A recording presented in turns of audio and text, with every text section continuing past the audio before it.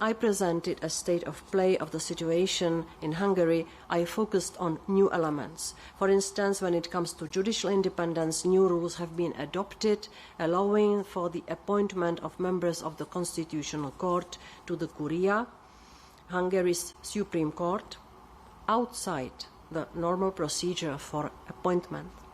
These rules have now been already applied and enabled the election of a new Curia president as of 1st of January this year. This new Curia president was elected despite a negative opinion of the National Judicial Council. This appointment was also criticized by the UN Special Rapporteur on the independence of judges and lawyers in a statement published last week. When it comes to freedom of expression, the Hungarian Media Council refused to renew the broadcasting license of independent radio station Klub Radio. This is why on the 9th of June this year we launched an infringement procedure against Hungary.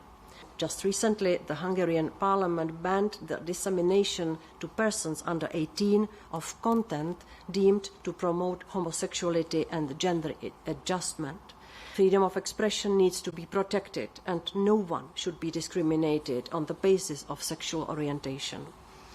So the Commission is now looking into the law and assesses if it breaches EU law. It is wrong what is happening there, and it has to stop. But there are so many other issues there as well that we've been discussing under Article 7, particularly around media freedoms, academic freedom, all sorts of other issues as well. And they need to be addressed as well. But on the particular issue in the Hungarian Parliament last week, it's a very, very dangerous moment, I think, for Hungary and for the Union as well. C'est la loi en Hongrie. Oui, cette loi, elle n'est pas européenne. C'est indigne de l'Europe.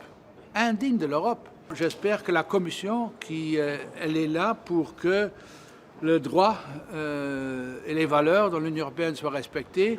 Elle a fait une déclaration, la Commission, et j'espère qu'elle va au fond. Donc, cette loi qui a été votée par la Hongrie est une loi qui ne correspond en aucune mesure aux valeurs de l'Union européenne.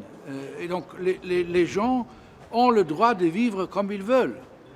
Vraiment, on n'est plus au Moyen-Âge. Voilà, allez.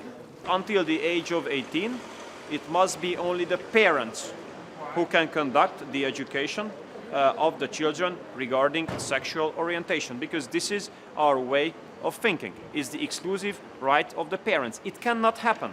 It cannot happen that once my son comes back home from school and he is being oriented by a propaganda in a way which I don't want him to be faced with until the age of 18. This is our way of thinking. That it has been voted by almost 100% in the Hungarian Parliament, and one must respect that because this is a national competence.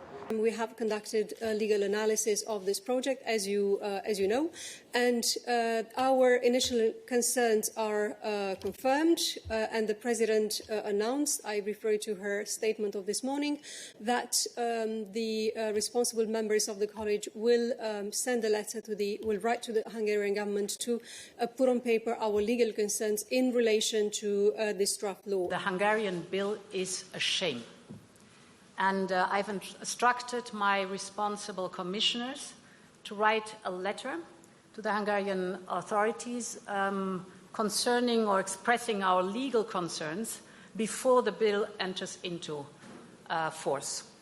This bill clearly discriminates against people on the basis of their sexual orientation. And it goes against all the values, the fundamental values of the European Union. And this is human dignity, it is equality, and is the human fundamental rights. So we will not compromise on these principles. And I believe in a European Union that embraces diversity. This is the foundation of our values. So I will use all the powers of the Commission to ensure that the rights of all EU citizens are guaranteed, whoever you are and wherever you live.